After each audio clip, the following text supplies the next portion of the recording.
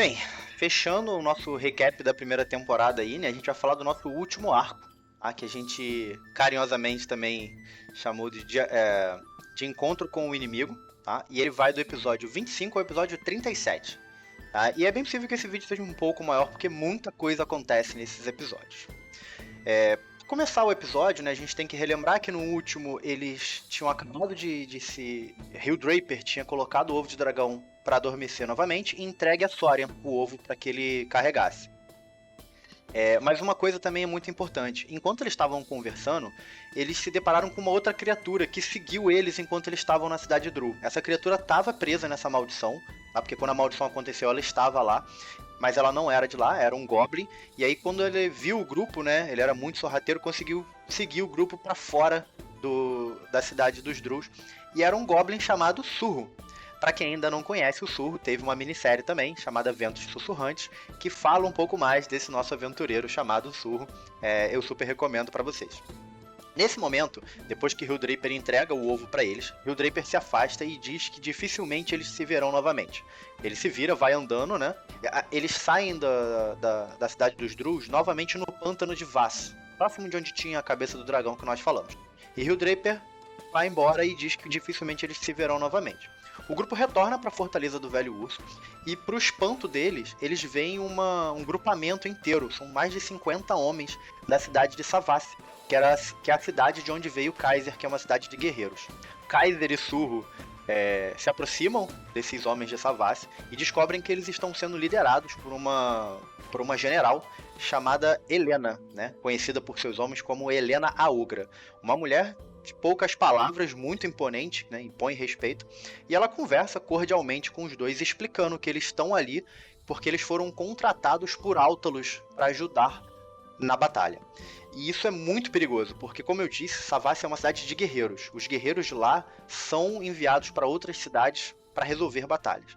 E aí, nesse momento, a balança começa a desequilibrar a favor, né, de Általos Krill e da cidade de Grivad. E aí o grupo tenta entender melhor o que aquele destacamento específico de 50 savassianos está fazendo ali na Fortaleza do Velho Urso. E parece que eles estão indo, e o Surro roubou os planos dele, né? O Surro é mão leve, cara. Ele roubou os planos dele e descobriu que eles estão indo marcar posição, meio que acampar em um lugar específico na floresta. E aí o grupo se dá conta de que ali provavelmente é uma das entradas para Shaktar, a cidade velada dos elfos dos Vales Cinzentos, né? E ali também provavelmente é onde reside Agreus, que é o guardião das florestas, que é um avatar da deusa da natureza, o sátiro, que a gente já falou anteriormente, que é quem protege, quem deixa invisível a cidade dos elfos de todos os perigos, né? Então, assim, na prática, o Általos Krill, que é o rei tirano, contratou aqueles savassianos, o melhor povo guerreiro de todo o continente de Erin, para impedir que os elfos se juntassem à batalha de alguma maneira, né? E aí o grupo tenta avisar, o Dorian manda uma mensagem nos sonhos do Tessar, que é um elfo que eles conheciam, avisam para outras pessoas usando magia, né? E ali na cidade, quando eles voltam para a Fortaleza do Velho Urso, tá o tio do Dorian, que é o chefe da escola arcana de uma outra cidade chamada Aespa. Então eles tentam avisar a todo mundo dessa movimentação dos savassianos, mas decidem que aquilo não é missão deles. Porque eles são contratados, na verdade eles são convidados por Gregor Mendel, o antigo mensageiro que eles ajudaram a salvar, para escoltá-lo em uma missão diplomática para o coração das forças inimigas, que é Grivad, onde vive o rei Általos Krill. Então, assim, vai ter uma conversa para ver se vai ter guerra mesmo ou se não vai. Gregor Mendel vai ser uma das pessoas que vai coordenar essa conversa, só que ele precisa de gente para garantir a segurança dele. E aí ele convida os seus antigos guarda-costas. Bom, e no início dessa viagem a gente já encontra um problema que a gente encontra com um grupo, né? Como se fosse numa... Como é que se chama a passata quando é religiosa? Isso, procissão, obrigada. Uma procissão de demonistas com escravos e vão de encontro diretamente com a fé do Kihashki. Então a gente começa um combate ali com esses demonistas e logo em seguida, né, eu vou aqui avançar o tópico, que o tópico ficou pequenininho. Logo em seguida, a gente vence, né, esse combate, mas parece que isso tem um reflexo, de certa forma, em algumas das pessoas na comitiva que estavam indo com a gente. E muitos ficam doentes. É importante lembrar também aí, né, que é a separação de um personagem importante. Quando eles seguem, mesmo doente, eles seguem a caravana, né? E aí, tanto o Kihashki quanto o Sorian tentam cuidar da maioria deles, alguns se infectam e tal, mas no final a maioria sobrevive. Algumas pessoas morrem no caminho, né? Alguns integrantes da caravana, mas eles conseguem chegar até o final, até o ponto de encontro. Quando eles chegam nesse ponto de encontro, o Surro conversa com algumas pessoas de uma cidade a norte chamada Esbar. Tá? E ele fica muito interessado para conhecer essa cidade. E nesse momento o Surro, tá, se separa do grupo e viaja para Esbar, que é a cidade ao norte. Quando eles chegam a Grivad, que é a cidade capital, né, onde fica o Altalus Krill, do rei tirano, que até então é o principal inimigo da nossa campanha, eles encontram uma cidade totalmente caótica, o que antes era assim o principal, como é que eu posso dizer, símbolo da evolução humana, né, da tecnologia, da civilização e tudo mais, está totalmente deformada. A cultura dos orcs e também de alguns gigantes que o Altalus Krill conseguiu arrebanhar, fazer uma aliança, está dominando ali. Então tem homens escravizados, várias raças escravizadas, a arquitetura está totalmente diferente. Eles se deparam com uma cidade caótica, tomada por orcs e com muitos escravos. Não, e para completar, nessa cidade completamente caótica, a nossa hospedagem acho que não poderia ter sido escolhida de maneira pior, né? A comitiva que está chegando para esse conselho de guerra ou não guerra, então os nossos heróis, o rei Gregor Mendel e seus guerreiros mais próximos, a gente vai para a mansão do Bash, que é uma mansão assombrada, porque é um ótimo lugar para ficar hospedado. Na real, não tinha muita opção na cidade, né? A cidade dominada, ferrada, e o Gregor tinha um contato, que eram os sumos sacerdotes do deus da guerra. Fala, olha, tem uma mansão antiga da nossa família lá na cidade, vocês podem ficar lá. Mas... tem um probleminha. Vocês ouvem uma corrente arrastando, umas paradas assim. O pessoal acha que é um encanamento. Tem um probleminha, beleza, um encanamento aqui. Não, um espíritozinho. Mas isso é bem importante. Eles vão pra lá também, porque pela mansão ser assombrada, as pessoas não se aproximam muito da casa. Então é um lugar seguro, né? Um lugar onde as pessoas não vão chegar, pelo menos, pra incomodar eles. Só que uma vez dentro da mansão, né, como ela era assombrada, eles começam a se deparar com servos, né, com criados da mansão, e eles vão conversando. E aí o primeiro problema deles é identificar quais desses servos estavam vivos realmente e quais não. E aí o grupo começou a ficar meio paranoico na hora de conversar com as pessoas. Eles são convidados para um jantar, eles jantam, eles são recebidos por uma Halfling, né, que é até antiga conhecida de Marvin. E aí ela conta um pouco da história para eles. E o ponto crucial é quando eles começam a sentir uma energia vindo da parte de trás da mansão, onde tinha o cemitério da família embaixo. Kihashki, nesse momento, depois que ele tinha recebido o aval de Ankara para voltar à vida, né, os caminhos dele, né, mudou muito, e ele deixou de ser um druida para se tornar um full clérigo, e ele meio que ficou na dualidade entre seguir Marauler, que era o deus da guerra, e agora Ankara, que era a deusa dos mortos.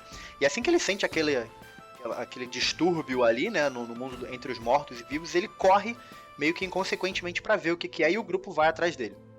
Chegando lá, eles chegam no cemitério da família, e quando eles encontram a cova onde estaria enterrado Nicolas Dumbash, né, o patriarca da família, ela tá escavada, ela tá vazia, e eles são atacados por fantasmas. Eles lutam e conseguem vencer, e quando eles terminam de vencer o fantasma, né, o espírito de Nicolas sai daquela cova e começa a atacar eles, só que ele é extremamente poderoso, e eles quase perecem mais uma vez no combate, até que Marvin encontra um corpo de um orc caído com um colar na mão.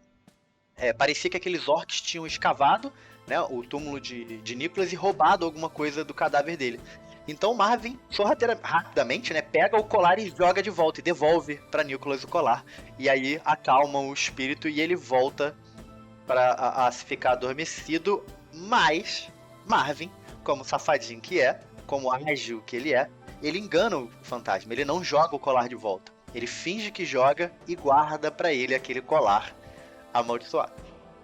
Ou seja, o grupo tem o dom de fazer merda, então vale muito a pena assistir a primeira temporada se você tiver com tempo.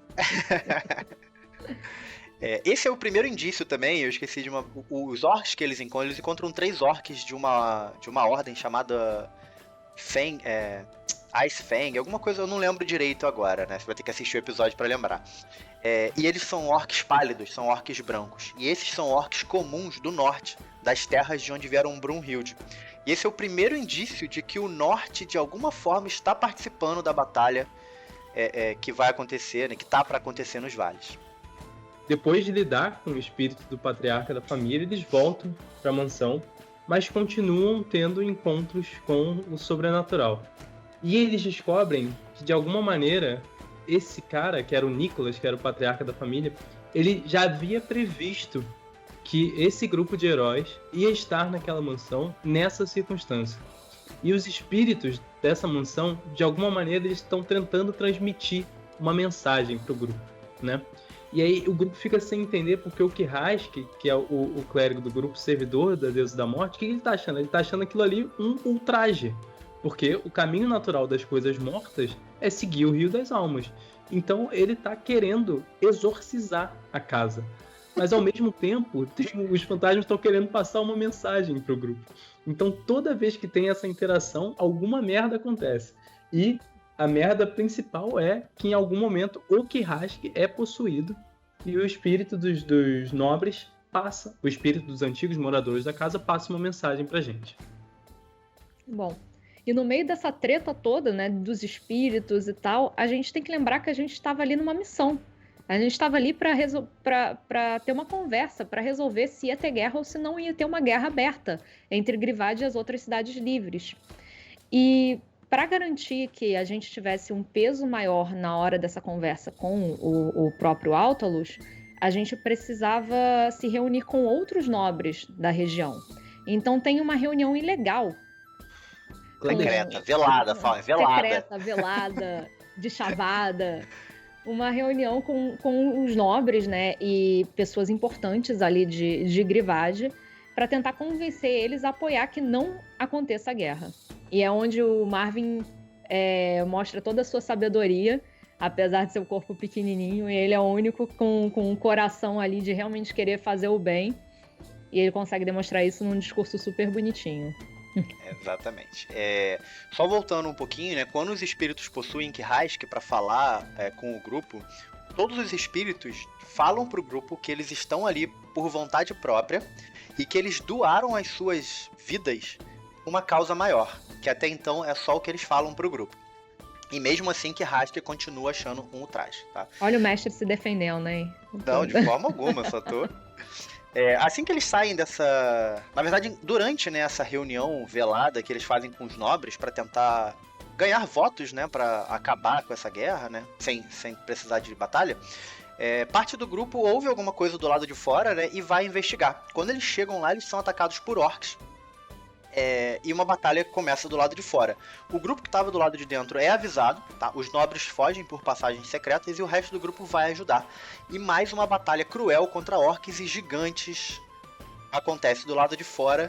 E por alguns problemas, uma batalha difícil e alguns erros, mais uma vez, um dos personagens cai morto. E Kaiser é abatido por um grande gigante.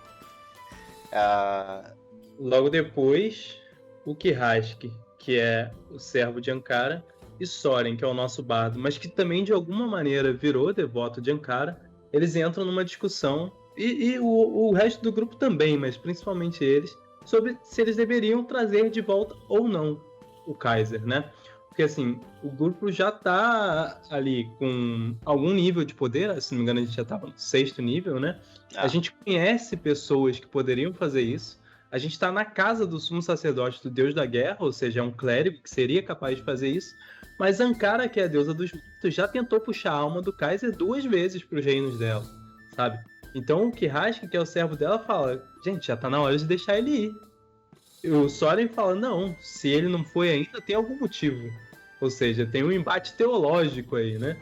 Então, no fim das contas, o grupo resolve tentar dar mais uma chance ao espírito de Kaiser e pede um favor a Rundum, que é um dos sumos sacerdotes do Deus da Guerra, para trazer ele de volta. E Kaiser volta novamente à vida. Bom, e com todos vivos aí agora bem, apesar que com a cabeça não tão bem, né? Porque o impacto da fragilidade ali da vida é uma coisa que assusta um pouco os heróis. E eles voltam à mansão e quando o Kaiser ele cruza o portão da mansão do Basch, ele acaba atraindo a atenção de todos esses espíritos, a atenção da própria Ankara, né? E Uran, aquela maldita daquela orquiza lá, feiticeira que explodiu a gente há alguns arcos atrás, ela se aproveita desse momento, que ela já estava observando tudo, para atacar a casa. Exatamente. Uma coisa que eu acho que a gente não falou é que Uran, depois eles descobrem isso, né? Uran é uma das conselheiras de Altalos Krill. Ela não é simplesmente uma orquiza, ela tem um papel fundamental nessa batalha aí e ela está lutando ao lado de Altalos Krill. Um outro ponto também importante é que logo assim que Kaiser, né, entra na mansão, os olhares de Ankara se voltam para a mansão, Uran aproveita essa oportunidade, né?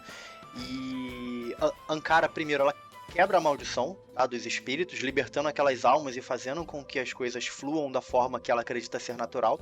E Uran aproveita... O pessoal entender, Ankara, deusa da morte, Uran, aquela orquiza que a gente encontrou logo no início, que na verdade é uma conselheira do tirano Altalos Krill, né? Exatamente. Uran aproveita esse momento para tentar invadir a mansão. Dentro dessa mansão, Nicholas, né, que era o patriarca, foi o fantasma que eles enfrentaram no cemitério. Nicholas estava criando... Nicholas, no passado, também foi um conselheiro de Altalos, tá? E ele viu que aquela guerra era inevitável e começou a construir um item para tentar parar, né, aquela ação de tirania, né, e domínio de Altalos.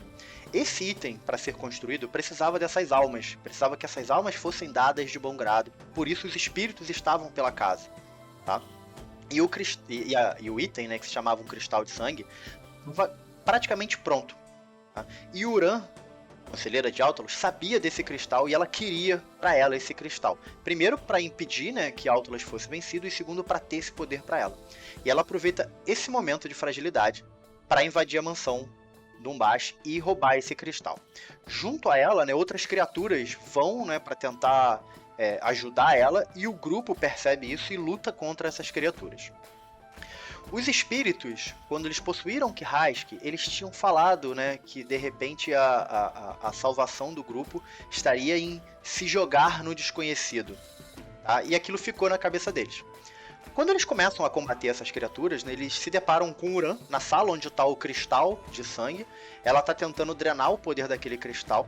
Junto com ela tem um grande ogro, né, e eles lutam. Tá? E no meio da sala tem um poço, um fundo negro que não dá pra ver ali, é desconhecido o que tem no fundo daquele poço. O grupo começa a lutar, percebe que é uma luta muito difícil, até que em dado momento, né, a pata de um dragão negro, a pata de um dracolite, na verdade, quebra o telhado, e ele começa a quebrar a mansão, e eles veem aquilo, e com medo do que possa acontecer, eles decidem se jogar, né, no desconhecido, que é pular no poço. Eles vão um a um se jogando no poço, e Kirrask tenta pegar o cristal para tirar dali. Só que no momento que ele tenta pegar o cristal, aquele cristal se parte e metade da essência do cristal vai para dentro de Kirrask e a outra metade para dentro de Uran. Mesmo assim, Kirrask cai, né, dentro do poço, consegue, e todos eles caindo no poço, eles meio que são levados para uma outra dimensão. Nessa outra dimensão, eles conseguem ver tudo preto, né, e o céu estrelado, e de frente para eles a silhueta de uma mulher alta, com uma luz dourada atrás dela e um grande arcanjo que caminha na direção deles. E o jogo termina com a voz dessa silhueta, né, dessa mulher, falando para eles que a aventura deles estava apenas começando a partir dali. E aí a gente dá o final da nossa primeira temporada conturbada.